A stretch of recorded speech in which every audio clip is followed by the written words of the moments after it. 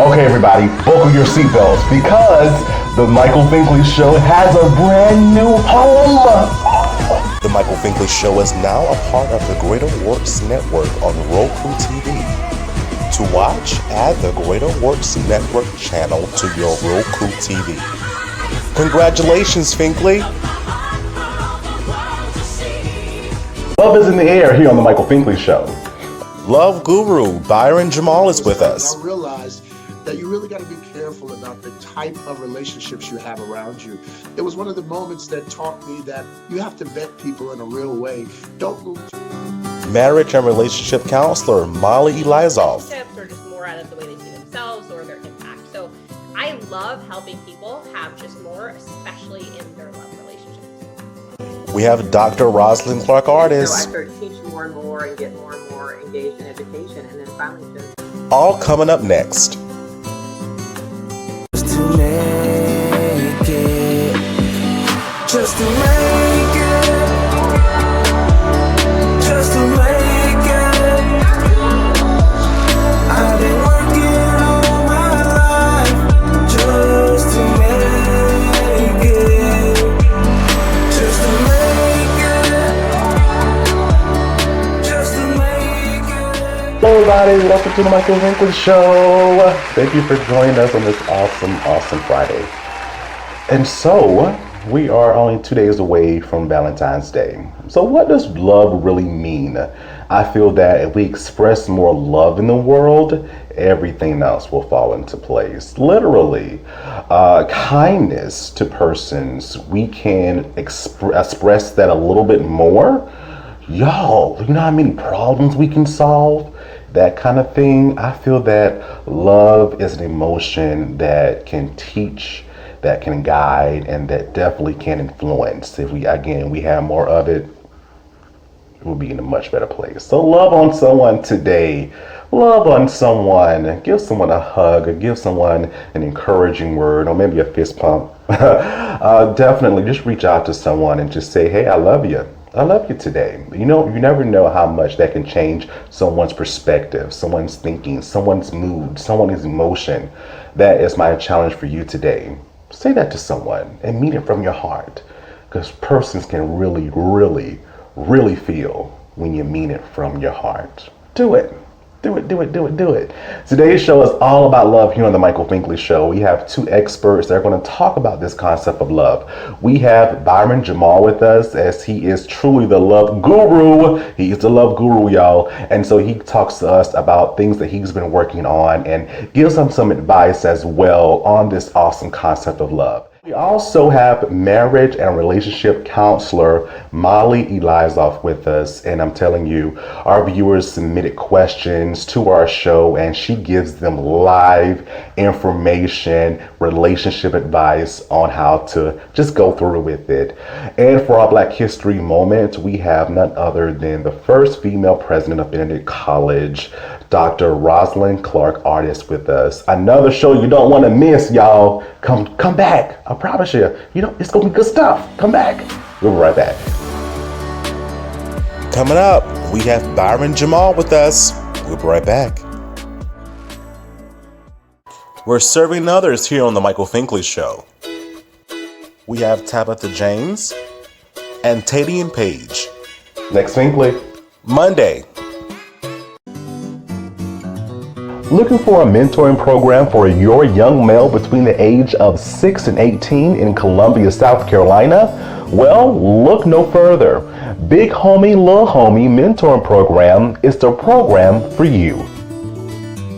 Under the leadership of Mr. Jamal Stroud, Big Homie, Little Homie is a 501c3 nonprofit organization that caters and mentors at-risk youth that come from single-parent homes. The organization caters to young males between the ages of 6 and 18 within the greater Columbia area. The organization is devoted to shaping and molding their life into great men of society. Big Homie Little Homie organizes male gatherings, discussions, and even educational assistance devoted to guiding and leading them into a positive light.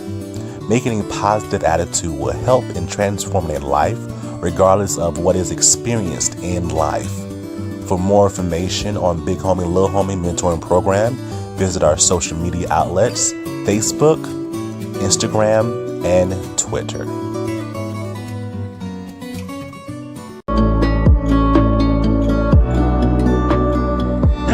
Welcome back to the Michael Finkley Show. We are celebrating Valentine's Day here on the Finkley Show, and we're excited to have our next guest with us. Y'all, he is the love guru himself. Here is Byron Jamal. Byron, how are you? Amazing, brother. How are you today? I am super well. Love is in the air, my friend. Love is in the air. Yes, yes, yes. I love it. I love it. So, Byron, when it comes down to love, can love be learned? Well, yes, because love is something that you discover. It's like, you have strength, you have coordination, but you have to learn it. It is a muscle, if not anything else. It is something that you have to develop. And so, yes, you can learn it, but you must more so grow it.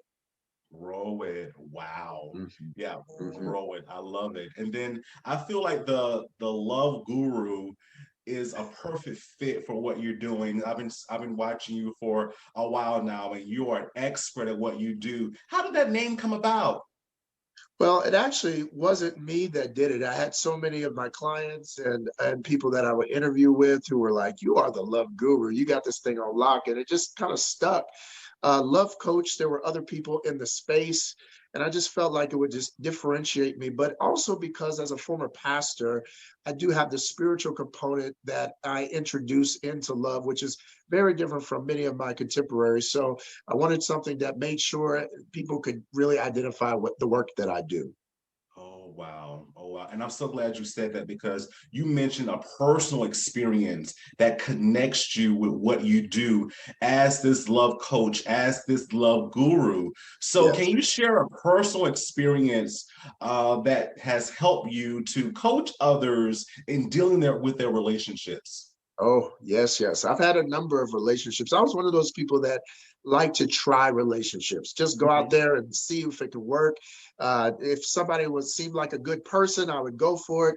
And that did me well because I gained a myriad of examples and experiences out of my life. One of those was one of the most traumatic relationships I had, which was mentally abusive. It was one of those where it really made me feel like I was less than. I was still successful in my own right. I was doing a lot of great things.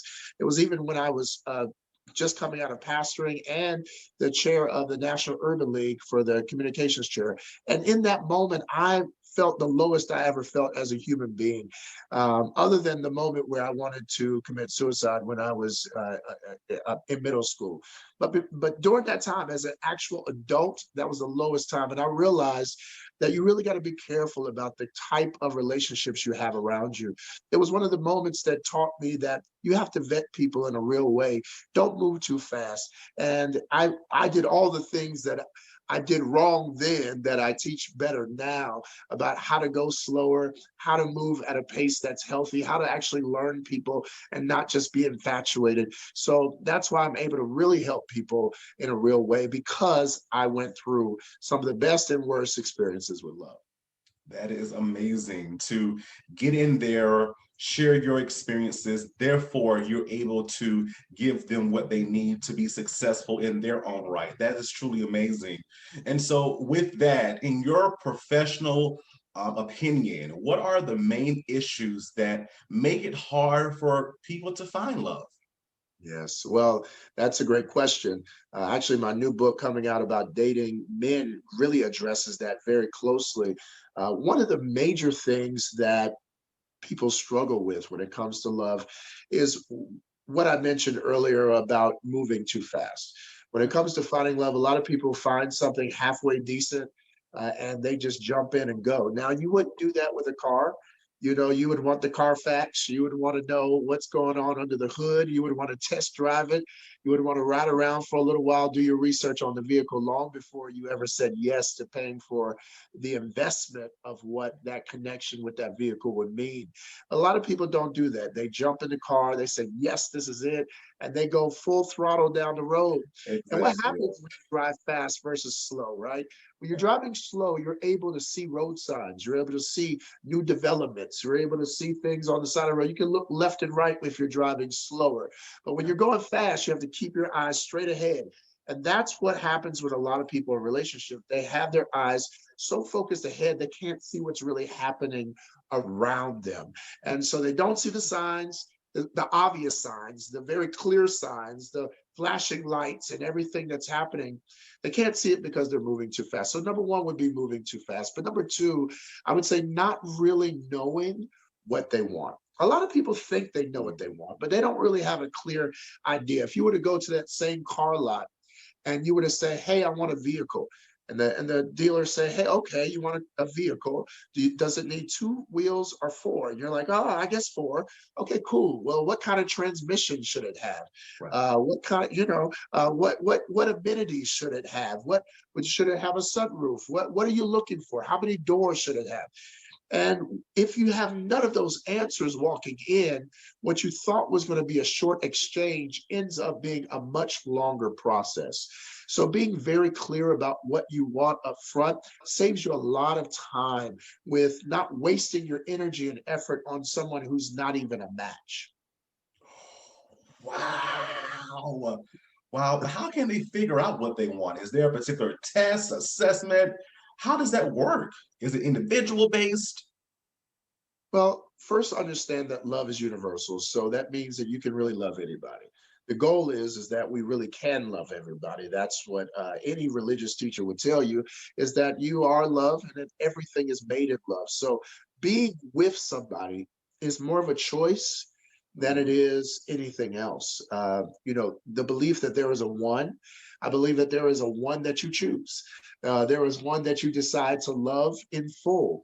And so in that reality, if there's one that you choose, it is learning yourself to the level of what you can handle. I believe that love is less about what you like about someone and more about what you don't like but can deal with.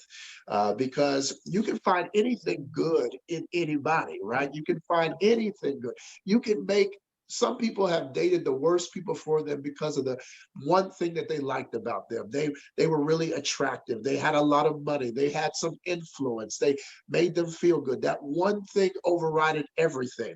But it's not about the good thing. It's about what you don't like about them, but really can handle on a day-to-day basis. The thing about them that other people would not be able to deal with, you can handle. And when you find that person, that's someone you can walk life with. That is amazing. That is amazing. Wow. Wow. Wow. Wow. I'm learning a lot. I'm learning a lot. Wow. That's amazing. And so we know that with any craft, Byron, we have to research, we have to read. So what do you love most about writing and reading? And what are some things that you kind of keep in the back of your mind as you're writing these different things? Absolutely. Well, the good thing about the work that I do is I am an English major. I went to Norfolk State University, HBCU, and Norfolk. Hashtag English majors. Yes, sir. So I was really able to use my skill set and my experience coming up and matriculating at Norfolk State to really be able to lend it to expressing what love is in a coherent way. Okay. I love the process of writing. I love getting my thoughts out. I've transitioned how I write more now because I'm doing a lot of lives and a lot of teaching and a lot of instructionals. I really just format the teachings and put them right into a book. It makes it so much easier. And I know that it's effective because I have the people who are communicating back with me as I'm teaching to really let me know what's a highlighted point versus others. So I can really tailor a book to be very targeted to what people need. When it comes to reading, one of my favorite books right now is All About Love with Bell Hooks. I love her work on love. I feel like she is a brilliant Black woman who knows what love is and communicates it very well. Other people that I really listen to and follow, of course, I read the teachings of Martin Luther King Jr., who I feel like is one of the foremost leaders on the thought of love in the Black church.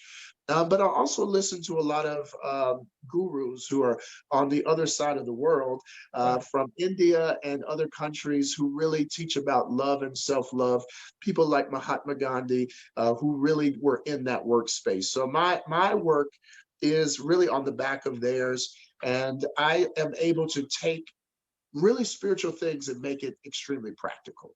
Amazing, amazing. And we've seen that within the books that you've written, Unlovable, Finding the Love in the Midst of the Unlovable, Unlovable Reflections, all the way down to the 7 steps to ultimate self-love. Please tell us about these selections.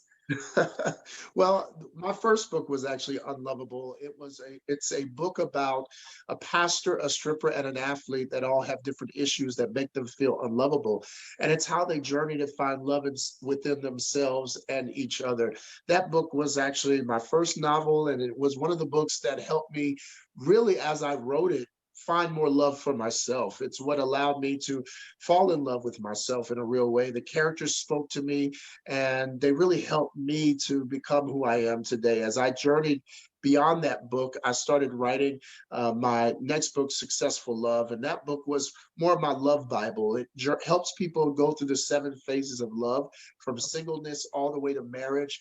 And even if you're dealing or have dealt with divorce. The good thing about that, after that book, I created my affirmations book, which is Unlovable Reflections. And it really gives people 30 days of love, so they can really have the affirmations and the words to speak love into themselves.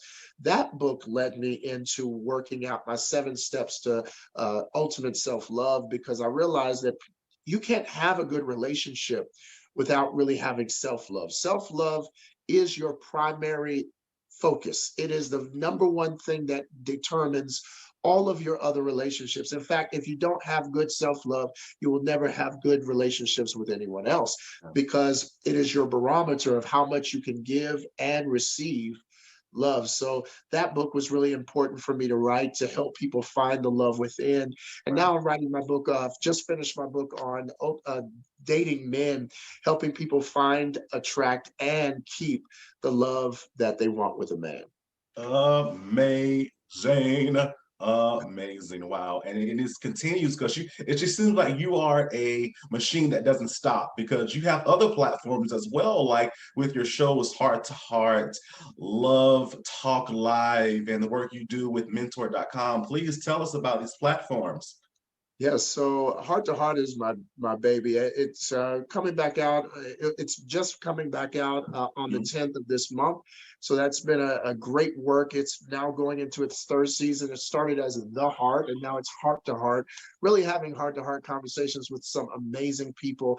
I've been able to pull in some brilliant people in the love space. I feel like there's not enough communication amongst us. I feel like we're all in our own spaces. So really being able to have some brilliant talks with some people who have much bigger platforms than me. And I love it, because they just enjoy, like I do, talking about love. And so you're able to kind of dig in a little bit deeper and see where people are, and get some gems that you might not have gotten from other platforms that they were able to share on. When it comes to my work on Love Talk Live, I do that every single Tuesday at 7 p.m. Eastern Standard Time. It's an awesome time of me just sharing my heart. Sometimes I go live with people if they want to come on, but it's always teaching about love and practices on dating, relationships, having healthy interactions with everyday situations. And then when it comes to Mentor Cam, that's a great partnership that I have now with the app developers. They've created a brilliant app that pulls in some of the best people from all over the world, from Mario, the singer, to Billy Blanks, the fitness guru. They have them on there, and you can get on there and actually ask questions, or even sign them up as your coach. And so now I'm a new love guru on that platform. Amazing. You're not stopping, because there's a message that needs to be said. And so everything that is going on in the world today, from COVID-19 to injustice, racism, all these things that are happening, can we truly lean on the phrase that love can conquer all? Yes, love in action can conquer all. Hmm. Yes, love is like air. If you choose to hold your breath, it will die, right? It's there, the air is there. can't see it, but it is seen through you and the ability of you to encompass it and live because of it. Yeah. So Yeah. love's action is really seen in our everyday work. That's why it's so important for me to empower even one person to think differently about love and to live in a more loving way. The ultimate goal of all of humanity, what we all really want, is pleasure. We want to, when we have pleasure in our body, we call that health. When we have pleasure in our emotions, we call that joy. When we have pleasure in our mind, we call that peace. When we have pleasure in our relationships, we call that love. And we ultimately just want pleasure. And so when we are able to live a kind of lives where we can bring pleasure to ourselves and to others, we have a more peaceful and loving world. I love it. I love it. We have to put that action word into action. Yes, sir. How can they also find you on social media, and how can they purchase these awesome books that you have as well? Yes, I'm easy to find. I actually love connecting with people every day.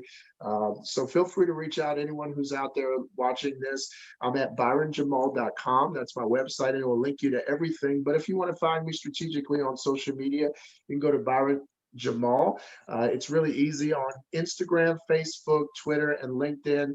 I do a little TikToking too. Sometimes I'm funny. So find me on those, and I'll be glad to connect with you. My books are right on my website at Byron Jamal, or you can do a short link to byronjamalshop.com. I love it. And can they also schedule a love coaching session as well? Yes, they can. I do 15 free minutes consultations, and you can find that right on my website at byronjamal.com as well. All right, you heard it here from the love guru himself, Byron Jamal. Thank you so much for being with us today. Absolutely a pleasure. And look, you keep doing the work you're doing. It's absolutely necessary. Thank you so much. Next, we have my new best friend, Mollie Eliasof, as she gives our audience viewers advice. We'll be right back. Need a little motivation? Timothy Clifton is with us every week on Mondays to get your week started with a little motivation, all here on The Michael Finkley Show. I'm just not college material. I am tired of school. I'm just not sure what I want to do after graduation. Sound familiar? Welcome to the Prelo Educational Institute. Our focus is to help young people prepare for life after high school. It's never too early to start planting the seed for education, career, and life overall. The Prelo Educational Institute is made up of the following two products. The first product is the book titled I Ain't Going to College, A Guide for Life After High School. This is the first book of a series that introduces middle and high school students to a young man struggling to find his way and make the decision about whether attending college is the right choice for him or not. The book has questions inside, and a supplemental curriculum can also be purchased. The newest product from the Prelo Educational Institute is our online course titled Preparing for Life After High School. In this course, students will learn about decision-making, self-confidence, accountability, self-awareness, and many other topics that speak to social-emotional learning. Young people will read a story about a young man who never gave up no matter what the circumstances were. The course is interactive and has questions, quizzes, and video. Do not wait until your child or student is a senior in high school to start planning. Enroll today. To enroll and learn more, please visit www.speakerauthormarlowe.com.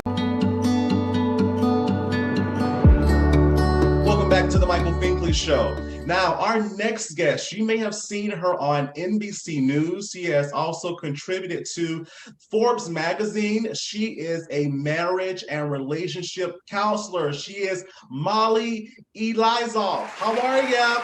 I'm amazing. I'm so excited to be on one of my favorite shows, your show, so I cannot wait to chat more. Oh, Mollie, we appreciate you. Oh, my word. So how did you get started in this profession of marriage and relationship counseling? Yes. So I just stumbled into it, to be quite honest. I was naturally really interested in people, and not just looking at people like from a community perspective, but a one-to-one. So I really wanted to dive deep into helping someone live a fuller, richer life. And then I started studying it. It's what my mom does for a profession. She was like, go take a class. You're really going to like it. And I like loved it. And then I kept doing it. And now my profession's evolved a little bit. So I help some couples, but I also help celebrities, athletes, CEOs help have more out of life. So that can be in their relationships or just more out of the way they see themselves or their impact. So I love helping people have just more, especially in their love relationships. I love it. And how long have you been doing this? Well, long time, for about 14 years. So it's been a long time. Oh my gosh. So out of that 14 years, when did you really know that I'm good at this and I'm really effective for others? I think honestly, fairly early, but I think that was really laced with the fact that like, part of being good at this is knowing that you don't know the answers, is knowing that you're there to help other people hear their own answers. And so I've always been super curious. And unlike some of my counterparts who were like kind of obsessed with like doing the right thing or making sure they were perfect for their client, I would just kind of show up and be with them. And so that comfort made me know pretty early that like I had a strength at this. I was good at this. I love it. It makes a difference though. Definitely makes a difference when you're on their level. You're trying to get to know them first, and then we can work things out as time goes on. I love that. So, Mollie, we have 3 letters from our viewers that are looking for advice from you, Mollie. So let's get started, shall we? Our first letter is from Barbara. It says, Mollie, my boyfriend is a really cool dude. He's really cool. He provides for me and my 5-year-old son. We have fun together and all the 9 yards, but I just want to spend more time with him. When he goes with the boys or hangs out with his family, I miss him. Is it wrong for me wanting to spend all of my time with him? Love this, Barbara. Thanks for asking your question. So excited. So first of all, I like to say to everyone ever, if you have a need, that is okay and it's important. Doesn't mean your partner's going to want the exact same needs, but you having a need is important, and it's important to talk about in your relationship. So what might happen is if you address this with your boyfriend, what your boyfriend might be hearing is like, the way you want things is the way that you want things, and therefore he has to compromise the way he's existing, right? And that's not really the dialogue. The dialogue is, hey, hun, I have this need. I'm wanting more quality time. I don't know how we do that. I don't know what that means in terms of how we renegotiate how we spend our time in general, but I want to share with you that I miss you and I want to be closer and I want to have more connection, and that would mean so much to me. And then you leave space for your boyfriend to declare on his end whatever he's feeling, which is, I love quality time with you. Maybe I'm guessing what he's going to say here. I love quality time with you, and also I love time with my guys, with my friends. Like, and that's really important to me too. You know, and then you start to get in the nitty gritty of taking care of each other by understanding these needs deeper. But it's absolutely okay, and it's important. I love it. Hope you're hearing that, Barbara. I love it. I love it. I love it. Next letter. This is from Leon. It says, Mollie, I am married to my wonderful wife of 10 years. We have an awesome family, 2 sons, 1 5 and 1 8 years old. Our sex life is non-existent at this point because of me. She wants to have sex, but I am too tired from work, the demand at work, and also, of course, our children. How can I bring that spark back into our sex life? Oh, Leon, I'm so excited that you're even asking this question, right? Because the fact that you care about how she's feeling, as well as probably your own sexual desires and needs, is so important and so helpful, right? You just have to show up trying to be really ready and there for your partner. So that's a great step 1. Thing number 2, this is so common. Relationships that have been together a while and then add on extra responsibilities can start to feel taxed and worn down over time as a result. And so it's really important that both people in the partnership constantly invest in being curious, as well as finding a spark, right? Anything that we do in life, we don't want to get bored, right? And so that is the same thing in our marriage and our relationship. So one of the things that you can do is think about for yourself. If you're tired, what's a small thing you do to revitalize your energy? Now that could be as small as like caffeine, or maybe you're someone who likes to wake up and have a hot shower. How do you then take that thing and think about how you integrate it in your relationship together, right? So if that hot shower is everything, maybe you invite your partner to join you in the morning every now and then. You know what I mean? So you want to make it easy for yourself. Tell your partner you're even thinking about this. She's going to love that. And then start to brainstorm together and work creatively, collectively together. Oh, this is where you're good at what you do, Mollie. Oh, I love it. One more. Okay, Yes. this is coming from Sandy. It says, Mollie, I have been with my now fiance for the past 2 years. We have been engaged for 6 months. He was just diagnosed with cancer. I love him dearly, but I feel overwhelmed with doctor trips and the burden of helping him at times. I even thought about the idea of leaving. What should I do? I really love him. Oh, this is a biggie. I'm so Yeah. glad you're asking this question. And I'm so glad that you're willing to be vulnerable with us and be vulnerable with yourself by asking Yeah. yourself these questions. Again, that's like a big piece of it. It's so much easier sometimes to lock these thoughts away and not do anything but stay in autopilot. And the fact that you're consciously trying to look and really digest what's right for me and what's right for this partnership is major. It's so important. Okay, so now that you've done that hard work, which definitely is hard work, Yeah. you want to think about what you want out of life. What do you want to feel like each day? And part of that might be being near your partner, or part of that might not be. And no one knows the answer. Your partner doesn't know the answer. I don't know the answer. Your best friend doesn't know the answer. Nobody in your life knows the answer but you. So this Exactly. is an amazing time to do something that I call a self date. So you want to kind of like find a time where it's quiet, it's just you, if possible, if that's on a walk, however you need to do it. And you want to think about everything that pops up for you around this topic. And then almost like you would with writing down different bullet points, you want to try and jot down or remember what are the main things you really want to address in this conversation with your partner, right? As you're processing. And then you really want to have this conversation back to yourself way before you bring it to your partner. So you start to feel really solid in what are my points and what am I going to say? This is parallel to what I talk about as like, if you go into a board meeting and you ask for a salary raise, or you go to your boss and you ask for a salary raise, you want to think way in advance. What am I going to say? Why is that important? How am I going to negotiate that? So you feel crystal clear way before you even do the ask. So I would have a self date, give yourself some time and space. There's a lot to process and you're already on the right path. Wow, amazing. Amazing. Thank you, Sandy, Leon, and Barbara, for telling your stories and presenting these awesome letters. I hope that you did get something from it. Mollie, how can they find you on social media, or just, I need some counseling too? Where can I sign up? So you can find me at More with Mollie. That's MOLLIE on Instagram. Mhm. It's the best place to find me. Feel free to reach out, send me a DM. Right now, I'm barely taking any new counseling clients. I am working with my VIP clients still to have more out of life in general. But if you want counseling, I can definitely refer and recommend different websites or people based on where you are. So feel free to DM me and I would love to connect. All righty, you heard it here. My new best friend, Mollie. Thank you for being on today, Mollie. Thank you for having me. All right, we'll be right back.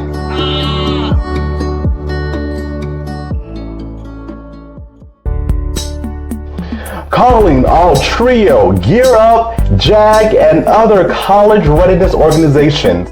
Hello everybody, it's Finkley with the Finkley Experience. I am here to offer you information about our college readiness cohort series. This college readiness series includes college applications, SAT, ACT prep, scholarships, financial aid, the mental mind state, HBCU versus PWI versus technical colleges, and so much more.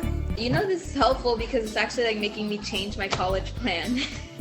Really? If you're interested, visit our website, thefinkleyexperience.com, or just email us at michael@thefinkleyexperience.com. We're looking forward to working with you.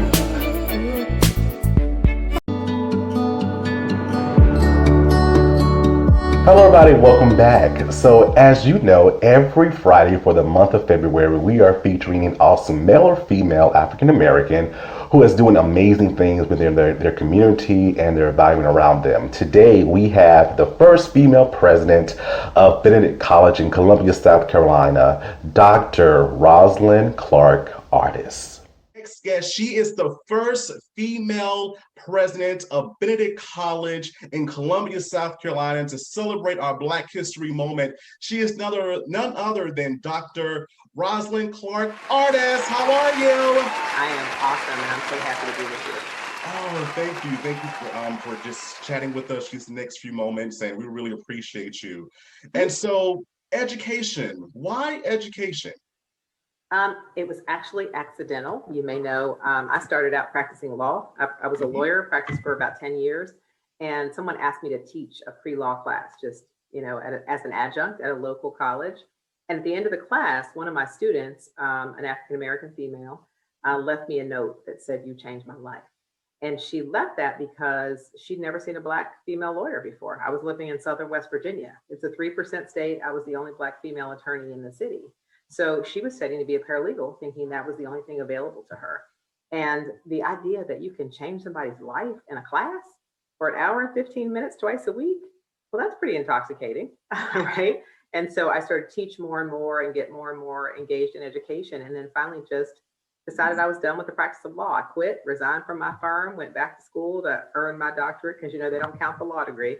And the rest, as they say, is history. I am in love with education.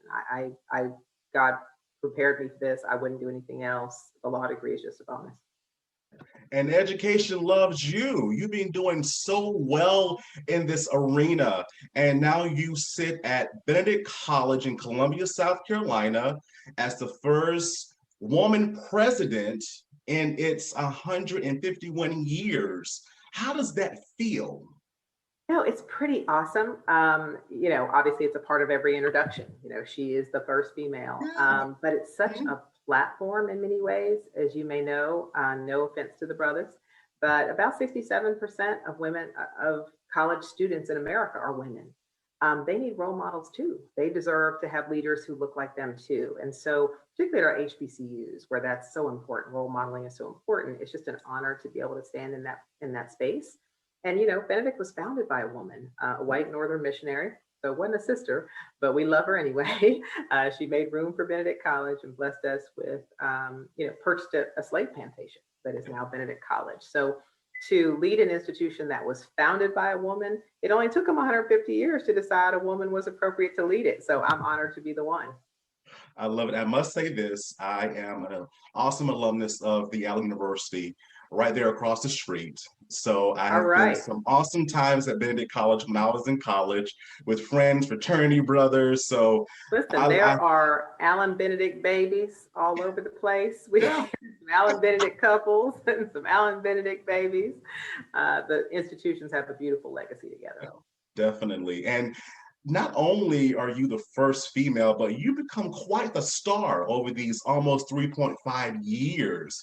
You were just appointed to the National Committee by Congressman Clyburn. You back in 2020 in Columbia, South Carolina, one of the 50 most influential leaders in Columbia, and so many other things. Did you imagine these type of things happening to you when you said, "Yes, I'll do it"? No, I didn't. And obviously, well, may not be obvious, but I served as a president before. This is my second presidency. I was the first female president of Florida Memorial University, a sister HBCU down in Miami, Florida. And so when I came here, certainly the honor and privilege of being the first female here for a second time was a big deal. But, we just set out to do the work.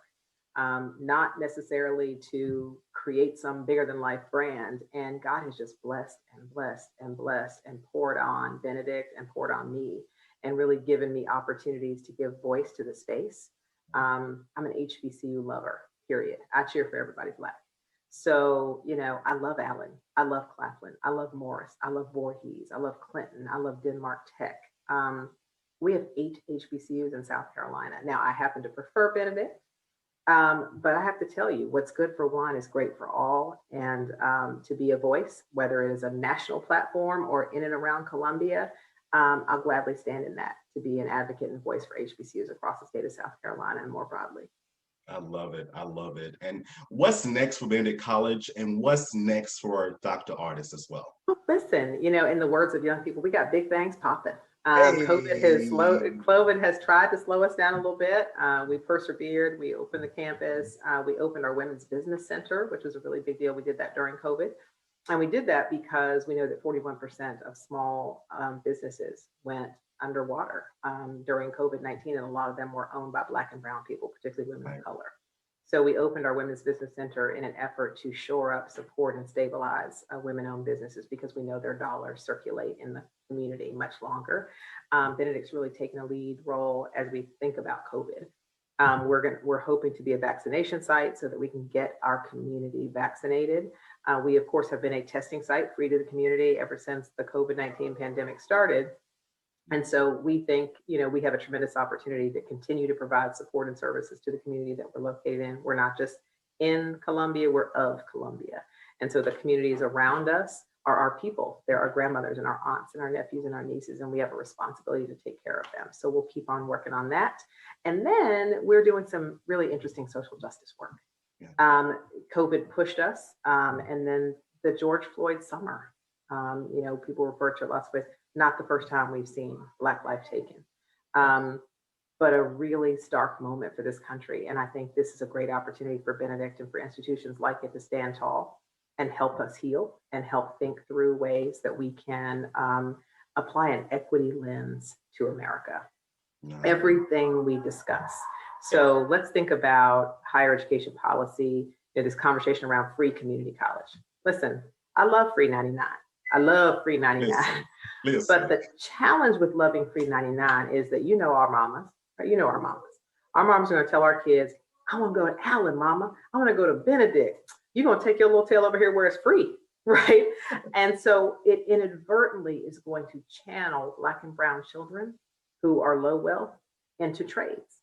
So they can be the plumbers, they can be the heating and cooling, and there's honor in that. There's nothing wrong with that, unless you say that's only for Black and brown children. Yeah. White children go to college, Black and brown children go to trade school. So we have to be careful when we're having policy conversations about what some of these policies mean and how they'll impact our communities. And so I think, Benedict is going to have a voice in that. Benedict is going to stay in the policy space. Benedict is going to continue to push its students to question, to vote, to advocate, to organize, and to really make plain, we are here to stay. This is our country. This is our America, and we reflect what America is going to be into the future. That's it. That is it. I couldn't say it better myself. I love all that. That is amazing. So what if I am a senior now in high school and I'm saying, I want to apply to Benedict College. How can I do that? Listen, www.benedict.edu/apply now. We are a part of the Common Black app as well. So if you want to apply to, some other HBCUs, you can use the Common Black app, and Benedict is one of those as well. Wow, you heard it here. She is truly the statement that represents Benedict College, a power for good in society. She is Dr. Roslyn Clark Artis. Thank you for being with us today. My pleasure. Thanks for having me. You're welcome. On the next Michael Finkley, we have Sylvester Jenkins, Yvonne Baker, and Tyreek Wynn. Next Finkley. Wednesday.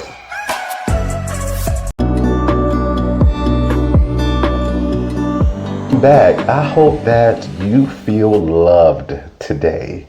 You feel loved today. That is my goal for this show, that you feel loved. Thank you so much to our special guest. Thank you, Byron. Thank you, Mollie, for being on. Dr. Artis, thank you for your leadership, your experience, and your direction from where you are taking Benedict College to. Thank you so much. On Monday, y'all, we have a heart of service. We give back. That's what we love to do, and that's what we're meant to do on this earth. And we're talking with two persons that are doing that in their respective communities. We have Tabitha James and Tadian Page with us. Y'all, another show you don't want to miss. That's on Monday. If you haven't already, please subscribe to our YouTube channel, The Michael Finkley Show. Ring that bell for notification. We'll see an email saying, hey, new content's uploaded. Again, please listen to us on Spotify and on Apple Podcasts. And please visit our website at michaelfinkleyshow.com. Thank you so much for watching. And y'all, have a good weekend. Love on someone. Enjoy your Valentine's Day. Please do it. See you Monday. Have a good weekend.